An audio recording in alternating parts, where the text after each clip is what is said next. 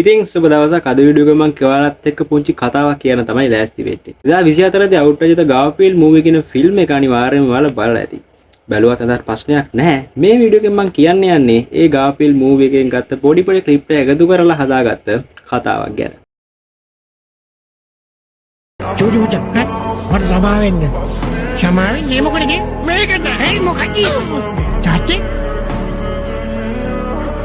මොකක්ද කරපුවාද? තාත්තේ අංගෙපා ඕමින්ද? ඔබලාගේ අංගෙපා. අයියෝ. හැමත ආයෙත් කරයි කියලා මං හිතුවේ. කිසිම ගානක් නැතුව දාලා ගියානේ. ආයෙසරේ ඒ විදිහට සිදුවෙච්ච සිද්ධවීමෙන් පස්සේ ගාෆීල්ඩ් තීරණය කරනවා තමන්ගේ තාත්තා වැඩ කරන්නේ තමන්ගේ යහපතට කියලා. එයා තමන්ට ආදරේ නෑ, හැම වෙලේම හදන්නේ තමන් ඈත් කරලා තියාගන්න කියලා. ඉතින් ගාෆීල්ඩ් විශ්වාස කරන්නේ නෑ තමන්ගේ තාත්තා ගැන කියන කිසිම හොඳ කාරණාවක්. හැබැයි පස්සේ මෙයාට දැනගන්න ලැබෙනවා මෙයාගේ තාත්තා එයාව බලන්න නිතර ජෝන්ගේ ගේ ගාව තියෙන ගහ ගාවට ආවා කියලා. මුලින් මෙයාට ඒක විශ්වාස කරන්න බෑ. මොකද තාත්තා කරපු දේ යා නිරන්තරයෙන් මතක් වෙන හින්දා. අනේ මේ අහනෝ ළමයා. ඔයාටම වර්ධ පටව ගන්න එපා. වික්කින්ද තමයි අපි සේරටම මෙතන ළඟින් සිද්ධ වුණේ. එයා ඕනම වැඩක් අතරමඟ දාලා යනවා පුතා බලන්න ඕන වුණාම. එහෙම ගියාට කවදාවත් ඇව හම්බෙලා තිබුණේ නැහැ. පුතා ඉන්න ගෙදර ළඟ තියෙන ගහක් උඩට වෙලා මම හැමදාම බලාගෙන ඉඳලා තියෙනවා. එයා ගහේ ලකුණු කරාලු.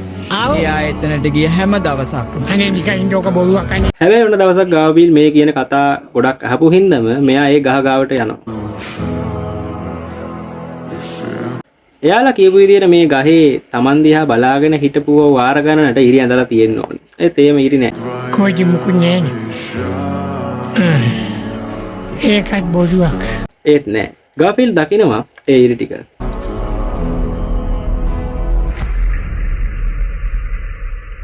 ඉතින් ඇවිල්ලා මම ලොකු වෙන දිහා බලන් ඉඳලා. එයාට හිතා ගන්න බෑ තමන්ගේ තාත්තා මේ තරමට තමන්ට ආදරය කරාද කියලා.